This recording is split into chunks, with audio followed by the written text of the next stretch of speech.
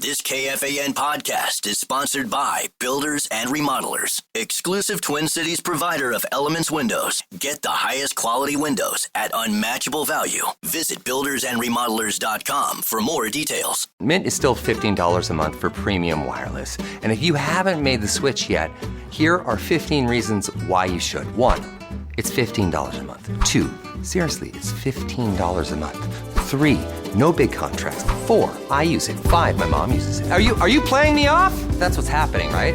Okay, give it a try at mintmobile.com/switch. Upfront payment of $45 for 3-month plan. $15 per month equivalent required. New customer offer first 3 months only. Then full price plan options available. Taxes and fees extra. See mintmobile.com.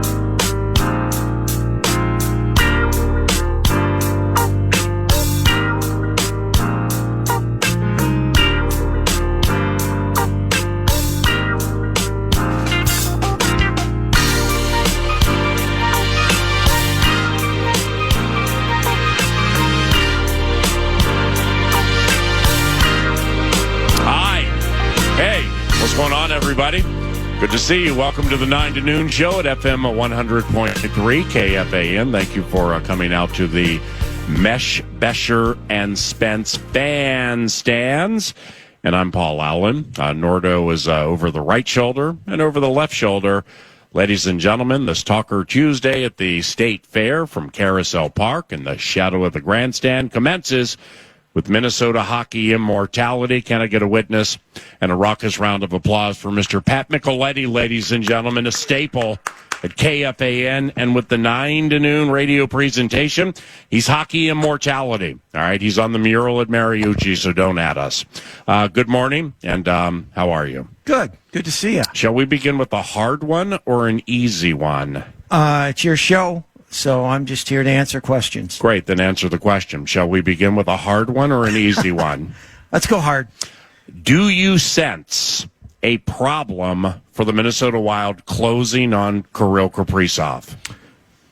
To a certain degree, yes, I do. Explain. Well, the cap will be going up. Mm-hmm. Yes, the Wild can pay him the most amount of money of any team in the league right now. Mm-hmm. I think there's factors that he and his agent. Now, if you talk to Kirill, he probably loves it here. He's probably comfortable here, loves his teammates, and loves the area and all of that. Well, then you get agents involved, and an agent might be saying, you know what? You know, how bad do you want to win a Stanley Cup? What about the marketability and bigger markets? Right. And so I think all of those factors get talked about. So I don't think it's going to be as simple as some might think. He's a Russian. He has no ties here. Yes, he's become part of the community, but it ain't like he's going back to the. He's not like he's going to the KHL. Right. What's the point? Well, the point is that he has no. He's not beholden. Yeah, he's not. He has no allegiance to being the hometown kid like a Brock Faber or guys like that. So I don't. I think it'll get done, but until it's done, I'm a little weary. Has this emotion with either you or the Minnesota Wild loving community? Is there a stark change to this? I mean, is it, and it certainly is not saying I, you, and or we became lazy in that we were just like, he's Kirill Kaprizov. Yeah, the buyouts are done. Yeah, it's going to be an absolute cinch. And then 3 weeks later, what happened? And then 2 months later, what happened? What's happening? It's are you surprised that we are where we are and it's not done? I am and I'm not, because a lot of it has to do with I have some trepidation going into the season for this team, simply because not because we all knew there was going to be money, and I understand if the players aren't there that you want, you don't go just sign anybody. Yeah. They kind of did make the deal with for Tarasenko, hoping that he revives his career. But that was just one. And that was a common thread with you and Russo, really since the beginning. Those were the two go-to hockey sources for 9 to Noon, and they generally, 9.6% out of 10 are right. And you guys laid that narrative out pretty well right at the beginning. It's like, you can go get this guy and that guy, maybe dabble with one, which they kind of did with Tarasenko, but that plays into it too. Yeah, 100% it does. And then, what concerns me about the Wild going into this season is, if everybody was to play, let's just conservatively say 70 games, which is impossible. Right. You're not going to have a healthy team for 70 games. You're just not. But let's say they do. Then, you know what? Then I'm on board. Then they can make the playoffs, and then maybe they can win in the first round. Okay? The depth part still with this organization concerns me. Okay. And you're getting a little bit longer in the teeth with some of your decor. We've talked about this in the past. Yes, we have. And so that is a concern for me. From Mick Tockett to Mikko Nordo, ladies and gentlemen. Was it kind of tough this summer watching, whether it was a Pavelski or some of these types, Duchesne, et cetera? A lot of these guys ended up signing either with their existing team or the money was starting to get too extravagant. You watch Florida somehow figure out their version of Rob Brzezinski. You're thinking maybe they can keep one or two of their big-timers, end up being able to sign all three of them.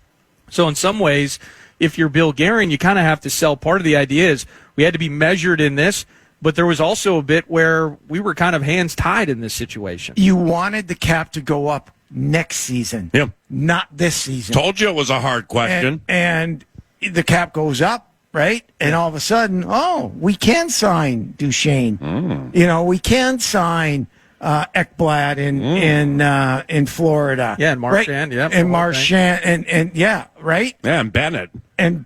Jeez. So all of a sudden, those guys are off the market. Yeah. And so what was going to be a pretty good, not great, but a pretty good free agent pool gets thrown away because they all wanted to stay where they were, and you can't blame them for that. We got Nico Sturm, though, top 5 in the NFL and winning face-offs. NHL. And listen. It's Cuts Day. We have NFL all up and down our minds. And good morning. And I like Nico Sturm as that fourth line guy. Okay, but we got to, having Vladimir Tarasenko saying, okay, you're going to be a power play guy, you're going to be a top 6 guy. You've been a dog the last 4 or 5 years. You've been lazy. You've been out of shape. Jeez. And all of a sudden, he's going to be your top 6 guy. Yeah. That doesn't excite me. I hope I am dead wrong and he gets in great shape and finds the player that he was at 23. He's 33 now. I'm skeptical about that. I hope I'm wrong, and I hope he finds it. Yeah. But we don't know. You need an easy question. Are you ready? Please. At PatMick2626 via Twitter, or the X machine, as all the Randy kids call it. please follow Pat Micheletti at PatMick2626 if you are so inclined. Who wins the NFC North and why? I'm still. On with that Mick talking now. I love our Vikings, but I still can't get away from the Detroit Lions. Fall down, Chicago Bears. And I think they're going to be a better team, too. You know what? Yeah. It really, who can stay healthy, right? And but I just think when you look at the weapons that the Lions have, I mean, they're endless, right? And so their offensive line fair, little banged up. No, it's fair. They lose a guy and they lose two. Everything's fair. So you have to look at that. But it's gonna come down to health. I think the Bears will. I know, right? The Bears, they've been horrible. But I think they're going to be a lot better. They're getting better players. Best division in the NFL. Best division. It is the best division in the NFL. And so, but I'm still I'm gonna give the edge right now to the Lions. Understandable. And then you've got three teams that are right there. Understandable. So what if, let's bring it back to hockey for a second. So you still have the same head coach. Yep. And you got a very good team. Yep. Playoff team, potentially conference contending team. Yep. But then before the season, you bring in a new guy that wants to teach completely different special teams. You got a different goaltending coach. You got a completely different scheme, and you got to bring even that same roster back onto the ice. That's a lot of change, Mr. Micheletti. It's a lot of change, but great athletes, and they are great. They are great, and that's why they were where they were a year ago. Adapt, right? Sure, and buy in, and that's what the Lions will have to do with a new offensive coordinator and such. Yeah. That's what the Bears are going to have to do under a genius offensively. A new regime. Is he a genius offensively, or did he just have players that executed it? Pretty good at those trick plays, isn't he?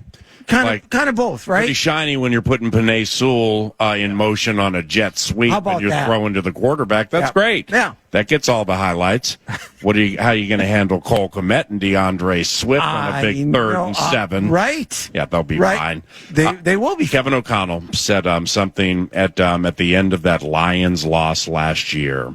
The one at Ford Field, the most ballyhooed and popularized and maybe significant regular season game in the history of the National Football League. After they lost, he said, "And I will have my vengeance in this life or the next." And I take him at his word. I think he's a wonderful, wonderful coach. I think he handles his players terrifically, and I can't wait for that matchup. I have another hard one for you. Are you ready? Yes. Do you believe an as-is Timberwolves team? You see, Mick Tocchet, Pat Micheletti, he's eclectic. And he's multifaceted. There are tentacles to his sports knowledge. So therefore, there are many routes we can take with beloved Mick Tocchet, including the NBA. Do you believe an as-is Wolves team can get to the NBA Finals? I'm concerned. I think, I hope at some point in time, whether they're able to do it or not, I think they really need a younger, legitimate, proven point guard. What about Rob Dillingham? Well, I think he's going to be fine, but he's got to grow, got to learn the league. He's just a baby. He's just a baby yet, and not even 21. And I think when they acquired Mike Conley, I thought, okay, we're moving. And for the most part, look at right 2 Western Conference Finals. Yep. And so they are right there. I noticed the Oklahoma City series. Yeah. It just felt different in terms of they weren't able to attack. They weren't able It had some David and Goliath to it, and we did not have the slingshot. Right. And then you could sense a little frustration out of Ant. Yes. And so and once that gets routed, then I'm just going to throw it up and hope it goes in. Missing threes left and right. And now you're making it sound like Mark Madsen reincarnate. Well, they got out of their rhythm. Oh, they really did. And so from that standpoint, I think they're close still, and I hope that they can get a point guard. Lots of and interestingly, you mentioned Anthony Edwards, because if we get time following Bob Motzko, coach of the Golden Gophers, joins us at 11:03. If we have time after that, Chris Finch, coach of the Timberwolves, was here yesterday, and hey, Chris Finch gave $10,000 to Second Harvest Heartland yesterday on the 9 to noon presentation. That's unbelievable. It was really, really cool. Yes, Finchy. Yep. But he said some things yesterday, or we couldn't. It's mostly my fault because I just didn't press on it. But nevertheless, didn't get the answer or sirza to a couple of what I feel are pertinent questions, and we may address them later 9 to noon. But one subject is Anthony Edwards, and we love Ant. All right, he's a superstar, polarizing type player who can capture the imagination of NBA Nation. There's no doubt about that. But lots of stories over the last few weeks about, we're running stairs at Target Field, and we got all the dogs into the gym, and cohesiveness this, culture that, collaboration this, iron sharpening iron that. That's great, and I believe it is happening. Yep. But I think the Anthony Edwards A topic is being missed. Because until that young man can control his emotions after he gets foul after foul called on him, it's going to sap the greatness from his game in that moment, and it's going to lead to technical fouls. Now, let's not forget, we were a game away from a different playoff seeding last year, and they happened to lose a 1-point game at Utah that Anthony Edwards did not play. Why? Because he amassed too many technicals, and he got suspended. And they lose by a point to the Ratty Jazz. I ain't putting it all on Ant, but he was definitely part of that narrative. So until my man can control his emotions properly, act maturely, to whom much is given, much is expected on many, many levels, he's going to take himself out of his game, even if just in a patch or two, just a short amount of time. But, and Mick Tocchet knows this because he played the game at a high level, and we're talking core 4 of sports, but NBA here. The referees are going to turn on him. They have turned on him. They have clicked on him. They see the film. They hear the words. If it's not 50-50 with these calls with him, it's 30-70, and he's the 30. So that right there, we can run stairs. We can get together with Stifle Tower. We can generate collaboration and culture all we want. Until he's able to rein that in, I don't know if he can take that next step. Well, that's the key. Michael Jordan, how many years did it take for him to win a championship? 2, 3, 4? Great question. Okay. But he didn't win it right away. Right. He lost to the Celtics. He lost to the Pistons. And then finally he said, enough. Yes. Okay. So I think what you said is complete validation.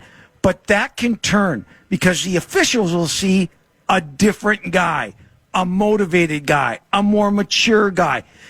The Timberwolves will win the NBA championship if Edwards can make that little turn in a different direction.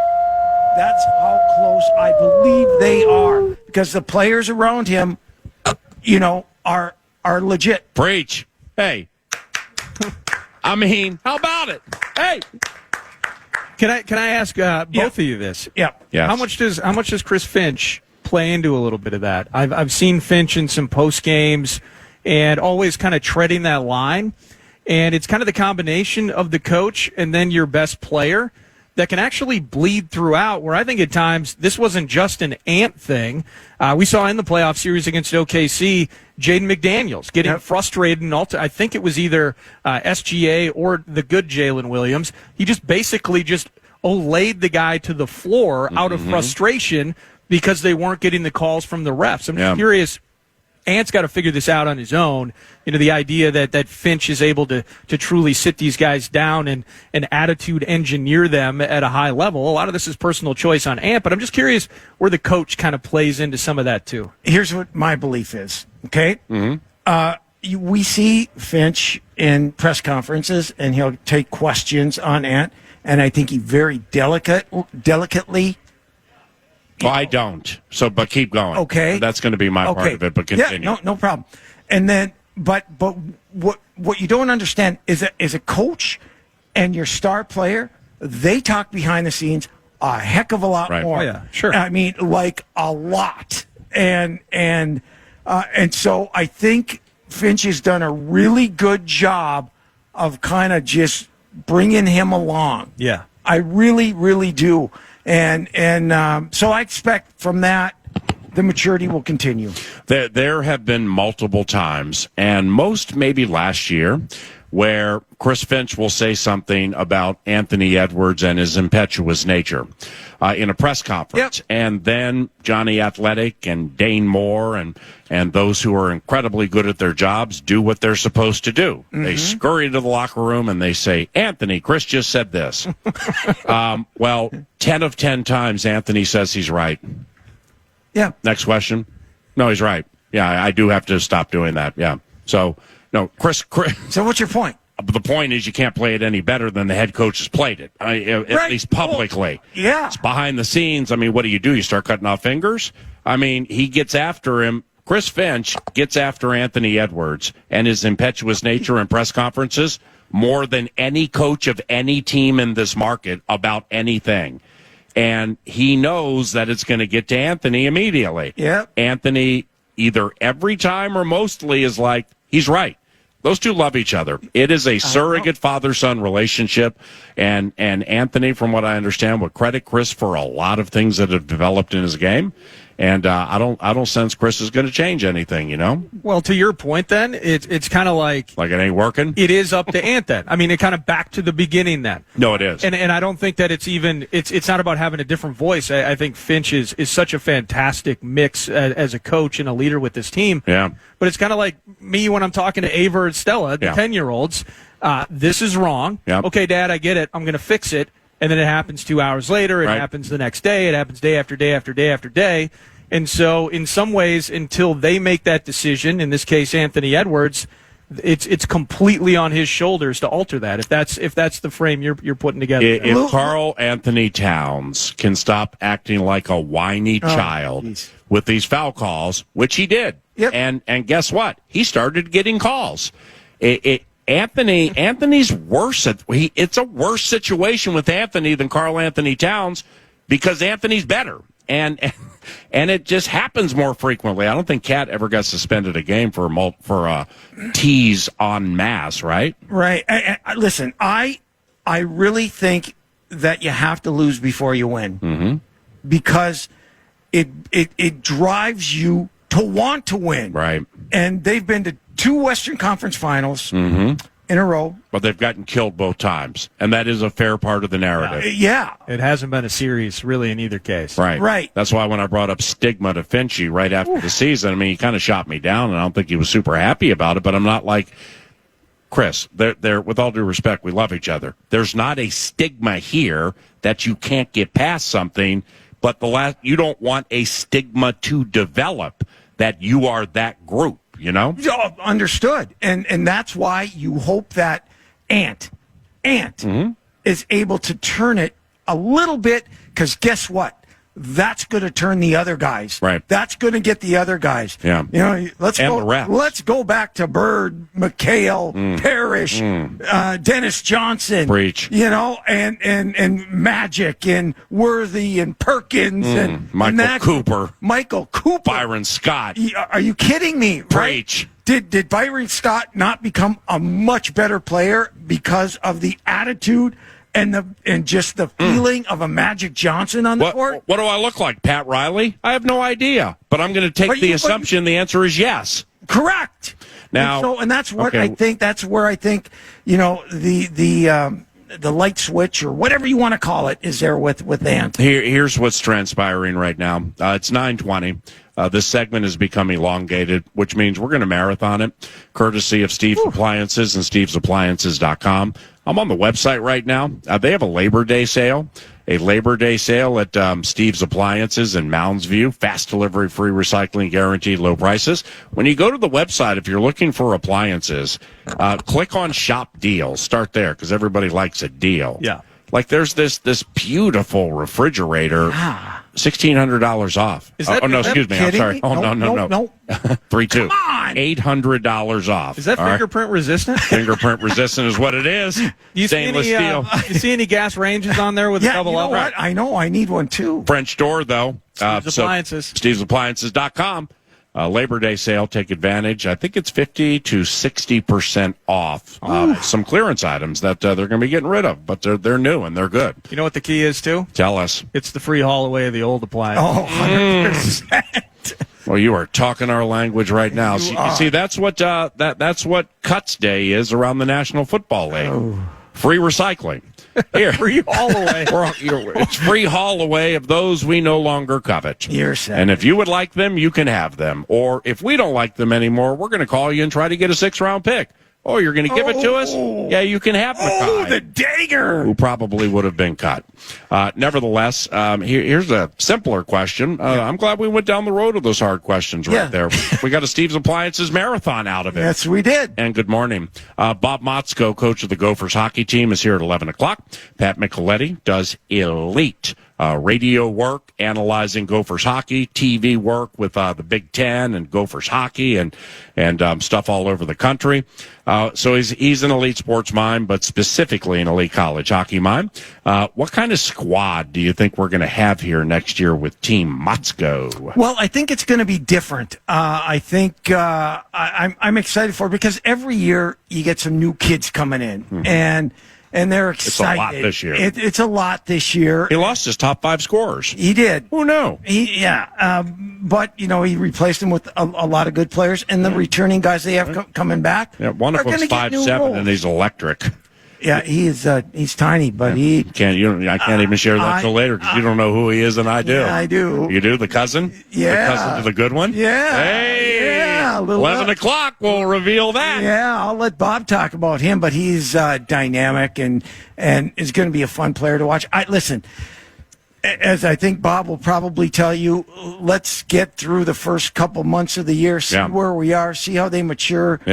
Come December, and really every year when I look at college hockey teams now, Minnesota's going to play Boston College in the first couple weeks of the year. That non-conference, from a fan standpoint, it looks like it's super sweep. But man, it's a gauntlet. We go up to North Dakota this year, so you play them early in the year, all in October, and a lot of people form opinions based on the early games. Where I wait until January, because then hey, what type of team are we? Right? Can we still get better? Are we this team? And so a lot of, you just kind of have to be patient.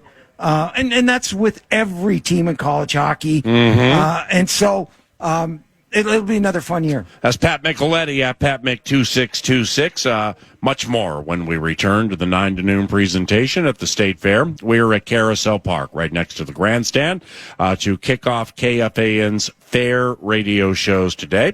We're followed by the program, Dan Cole, the Common Man. After that, Bumper to Bumper with Barrero. Nordo produces, and I'm Paul Allen. We're all here snuggled together on a beautiful State Fair Tuesday. You're listening to 9 to noon on KFAN.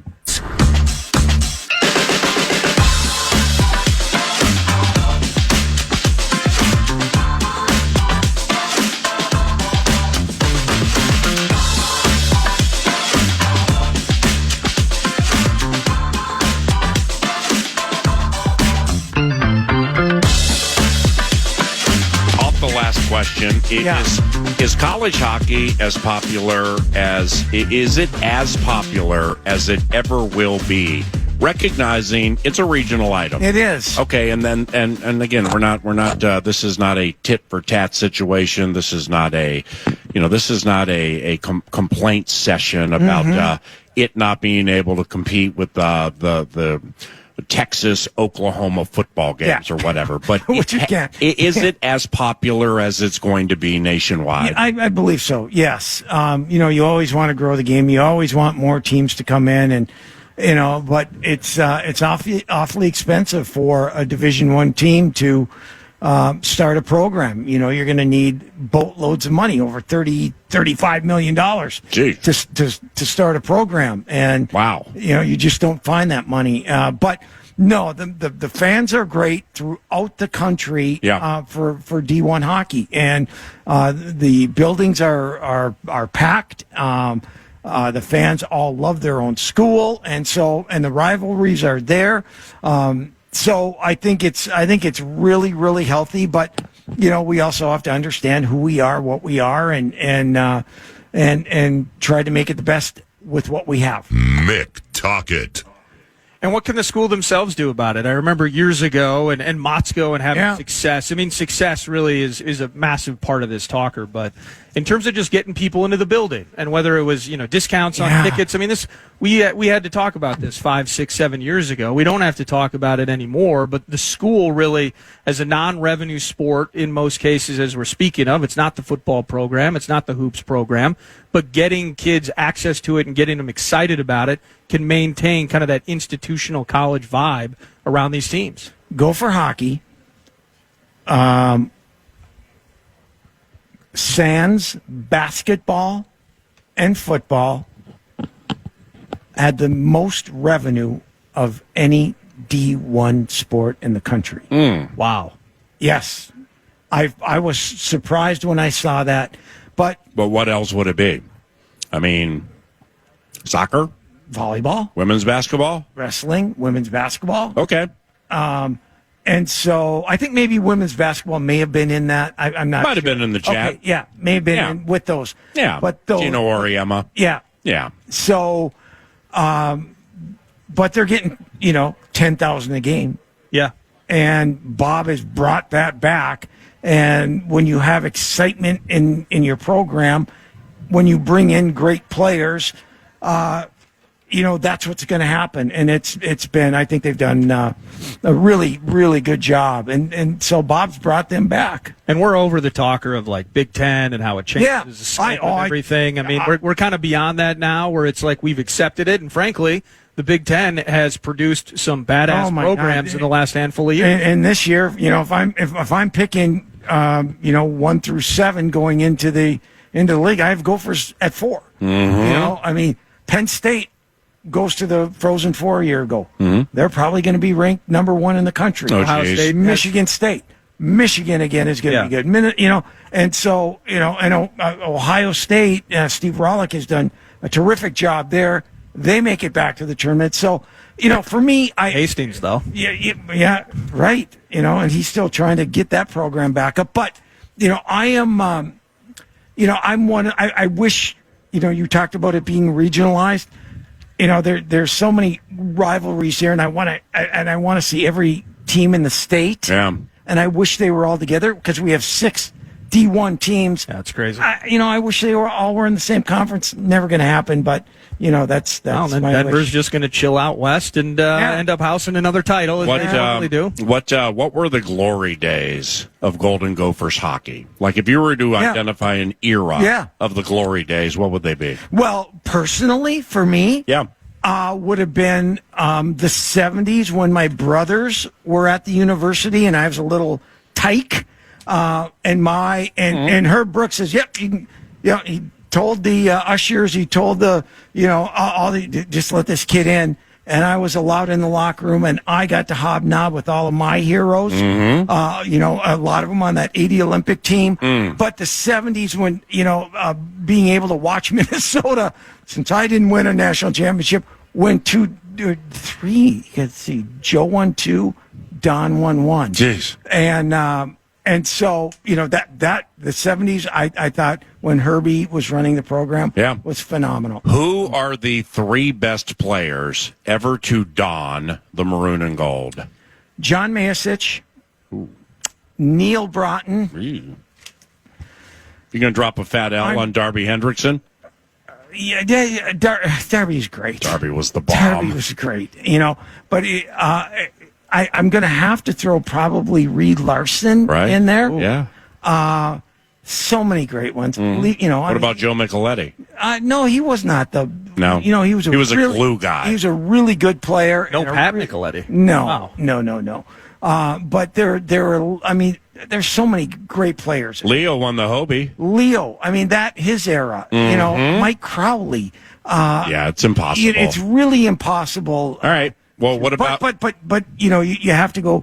Neil for sure. John Mayasich, unbelievable. What about the goalies? Like, say, maybe the top 2 in the history of the program, because I'd like to vote for Randy Keppel. Okay. Yep. What about you? I don't know. You don't know who the top 2? Well, okay, Adam Hauser and Randy Keppel. You got to throw Rob Stauber in there. Oh yeah. Okay, you have to. Brad Shellstead won the title back in '73. Okay. Steve Janicek, who was a member of the Olympic team, won the '79 national title. So I guess you base it on, because you always need, if you don't have a good goaltender, you're not going to win a national championship, period. Stop. I don't care how good you are. What are the Vikings sitting on a good one this year, or potentially sitting on a good one? You being a tried and true lifetime Minnesota sports fan. Yes. You're going to bleed it, and you're going to feel it, Yep. and you're going to analyze it honestly. If it's a 1 of 10 or a 9 of 10, what do you think we're sitting on this year? Oh, boy. How about if I go... I don't need a record. 17 games, right? Yeah. Okay. That's your guess was 16-1. It's 11 wins. Okay. Yeah. So what are we sitting on in the totality of the season, including the postseason? What kind of a vibe are we sitting on this year? I think it all depends on the maturation of the quarterback. I don't care if you think. I can't answer that. No, I don't. If you think it's bad, I don't care. I don't care either. I don't care if you think it's Detroit to win the division. Great. Don't yell at me. I'm not yelling at you. Yeah, I'm looking for you to opine. I think it's all going to depend on the growth of our quarterback. Yep. Really limping into this. And no, I'm not. And what was with the head turn? Well, I'm Joe Buck, and I can't believe Randy Moss just pretended like he. Anyway, listen, they believe in themselves. I never. I was a little concerned in the offseason, maybe on the defensive side with our cornerbacks and our safeties, and that a little bit. But B-Flow is B-Flow, and their defense really plays mind games with the opponent that they're playing. Yeah. I think that is a key factor. If JJ can just feed his weapons, because there are weapons with, I got you. Do you know, Justin, you've heard of him, right? Yeah. Oh, that's right. Yeah. But no, I really believe that. I think they did a really smart thing upgrading their running back position so they don't put all the, they let Aaron Jones play the whole year. Would you play the over 9.5 or the under? I'm playing the over. You are playing the over. Yes. Yeah. I think that's why. And I have to go for football at 10 wins. Yeah. Okay. Yeah. How'd you get past 7? How'd I get past 7? Yeah. Well, I looked at the schedule. Break it down for me, because we have a bevy of Golden Gopher football guests here Thursday. And I think I'm going to start doing Ohio State. All right, 3-2. Yeah, I think they'll lose to Ohio State and Oregon. I think they'll beat Iowa. I think they'll beat Nebraska. I think Michigan State Iowa City is in a transition year. Yes, there's been a lot of hype about who's in a transition year. Who's in a transition year? Michigan State. Oh, Michigan State. I thought you said Ohio State. No. I'm like their down years get them to the Rose Bowl. Yeah, correct. And they're going to be their wide receiver haven, right? There are people that wanted Ryan Day fired after they won the national title. It's insane. And the big hype in Iowa is that, let's score 3 and we'll win. Is that still the bit with them? No. Well, they apparently got a guy that can throw a little bit. They got the transfer out of South Dakota State. Okay? And so he's their new guy who can sling it and run a little bit. So growing pains. Are they going to change their offense? I don't know. We'll see. They're always there, but I got a really good feeling about, again, to get another young quarterback in Drake Lindsay. Yes. Right. And so we'll have to see how he is. A lot of good steam on him. We'll have to see. There's nobody better than you, and I appreciate the cogent conversation, and I love you deeply. Thank you for coming by. Same. Thanks. Pat Micheletti, ladies and gentlemen. He's beloved McTocket at Pat Mc2626. He's a weekly component, 9 to noon. Vikes Bites around the corner in the middle of the radio show. Thank you, brother. We have the great NFC North debate. Lavelli Neal III represents the Bears. He's a columnist for the Star Tribune, and he's ballyhooed. Dave Sinekin, host of Packer Preview. He also will be here, super special Cinny, and yours truly will represent the Vikes. Nordo will lead us through it. That's in the middle portion of the radio show, probably in the neighborhood of 10:30. This is 9 to noon.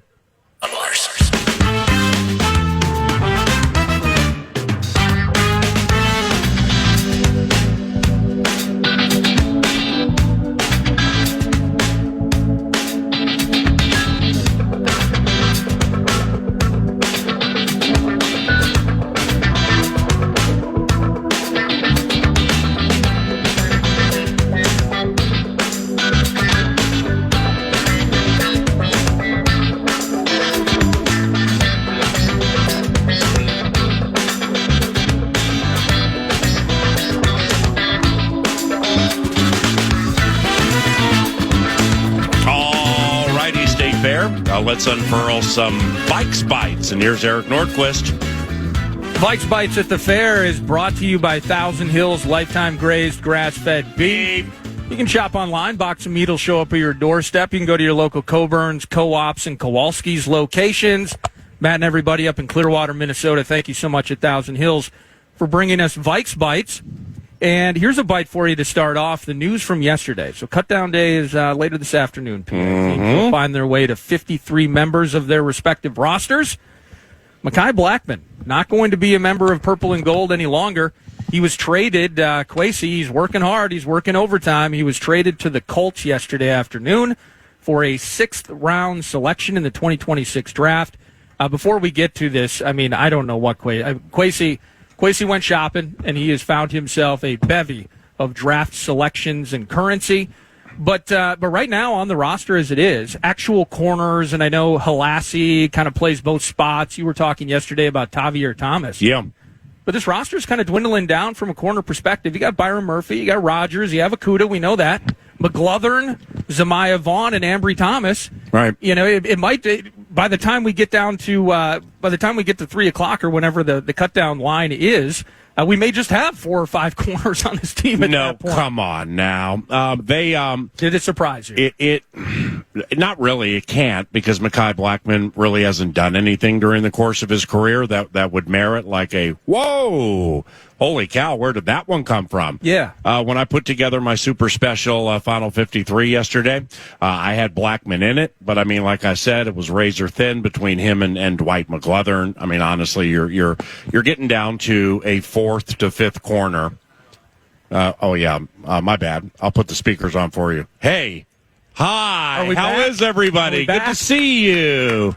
Paul Allen, Eric Nordquist, our music director, Adam Daniel, ladies and gentlemen, and welcome to the Love Covenant. All right, 3-2. With Blackmon, it's, like I said, you know, the radio audience heard it here at the stands. It's just to encapsulate. Mekhi hasn't done anything in his career that would merit any form of surprise. Yeah. If he was cut or traded. This feels to me, and I don't have any confirmation on it, this feels to me like they were going to cut him. And they dangled it out there, basically like, you know, not telling people that you're going to release him, but hoping to get something out of it. They got a 6th-round pick out of it. So until proven otherwise, I don't really know how to separate the likes of Mekhi Blackmon and or Dwight McGlothern. They're both nondescript. They also both are backups. Now, I would imagine McGlothern has played better on special teams during training camp and or the joint practices against the Patriots or in the preseason games than Mekhi. That probably played into it. But nevertheless, it's borderline nondescript until you need that guy to play. And if you need a backup corner to play, because, say, Okudah gets hurt or somebody gets hurt and they're going to be out for a little while, well, that's when you're happy you have a really, really good pass rush, and a bunch of smart coaches who know how to cover players up. So I guess there can't be any surprise because he hasn't really done enough to merit surprise. Yeah, and we've been so focused, and the news still kind of a buzz from yesterday popping up again, more currency and this Adam Thielen thing, and teams not necessarily. I To paraphrase what Schefter put out on X last night, that they just haven't been able to come together as of yet on compensation. Doesn't mean it's dead, but Thielen's still a Panther. Right. I've been so focused on stuff like that and covering Addison's suspension. Just kind of sneakily, the cornerback depth, if you remember just post-draft and early summer months, and Asante Samuel Jr.'s out there, and Jalen Ramsey over here, and Jair Alexander, would he potentially come over to Minnesota? He goes to Baltimore. This is kind of sneakily, or not sneakily, but just kind of been under the radar. It's kind of right back where we discussed it, where depth and getting beyond a Byron Murphy Jr. and Isaiah Rodgers does seem exceptionally problematic. Mm-hmm. And so I'm anticipating, with the cut down time this afternoon and then over the next couple of days, focusing on adding a pass catcher, I'd focus on adding a cornerback as well. Yeah, I mean, what we're doing here is we're perfecting, and it's beyond tinkering. But these aren't exactly champagne problems or western suburb problems. These are legitimate talkers. However, with Grenard and Van Ginkel, and then the additions of what they believe they are going to get out of Javon Hargrave and Jonathan Allen, it falls under the category of, man, we'd sure like to fix everything at one time, but you just can't do it. Yeah. So therefore, you know what? We're going to have to give a little here. Specifically with the Okudah portion of the equation, in my estimation. But that also, it's unfair to take a leap and look at, let's just be straight here. Let's have real talk. Jeff Okudah had some terrible moments last year for the Houston Texans. I mean, he was flat bad in some of those games. And they're rushing Danielle Hunter and Will Anderson. But are they rushing in a way that they're protecting Okudah? How are they using Okudah? I can't answer it. A majority of the people here probably can't answer it. Well, how are the Vikings going to use Jeff Okudah? Well, that's a key there, because if they think, or if people think Jeff Okudah, he was at one point a third overall pick by the Detroit Lions. Then he played like 10 games, maybe 9 games in 3 years. He just couldn't get out of the way of injury. So with that said, maybe there's some professional PTSD that's leading to confidence situations that through which he has to bust. Because I've seen him run, and I've seen him in practice a lot, and he's a physical specimen. Hello, I am Paul Allen. Good to meet you. There are a lot of qualities with Jeffrey Okudah that can help you win. Yeah. But if you think he's going to be the Sauce Gardner, lock up Amon-Ra St. Brown and run straight down the field for 4 seconds, that ain't him. What is him? Go back a couple of years when he played for the Lions, and Justin Jefferson was in the third game of the season, and Okudah beat the bleep out of him at the line of scrimmage, and Justin got very frustrated. And it almost tilted the game the way of the Motor City Kitties. That's our only victory over these upstart Lions from like the last 6 games. KJ Osborne walked off on him with a pass from Cuzbuzz. But during that game, Jeff Okudah was an early game A topic because Jefferson couldn't get by him off the line of scrimmage. And then all of a sudden they figured some things out and the Vikings went on to win. So when you have 3 receiver sets or Okudah is outside and you got receiver du jour opposite him, Jeffrey's going to attempt to beat the bleep out of him. And where it goes from there, maybe safety help, he runs with him or whatever. But what we're talking about now is taking something we know is going to be good and fine-tuning some parts that potentially may be part of the mix, like the receiver depth situation without Jordan Addison. He's going to miss 3 games. So therefore, when it comes to trading for wide receivers or having some panic to them or to us about the wide receiver situation, it's 3 games out of 17. Jordan's going to be back in the 4th game, and the assumption is he's going to play a lot of them. So then you have 2 of them there, 18-3 with 87 and 33-27. That ain't bad. So context is important with all of this. The fine-tuning's also important. We'll be right back.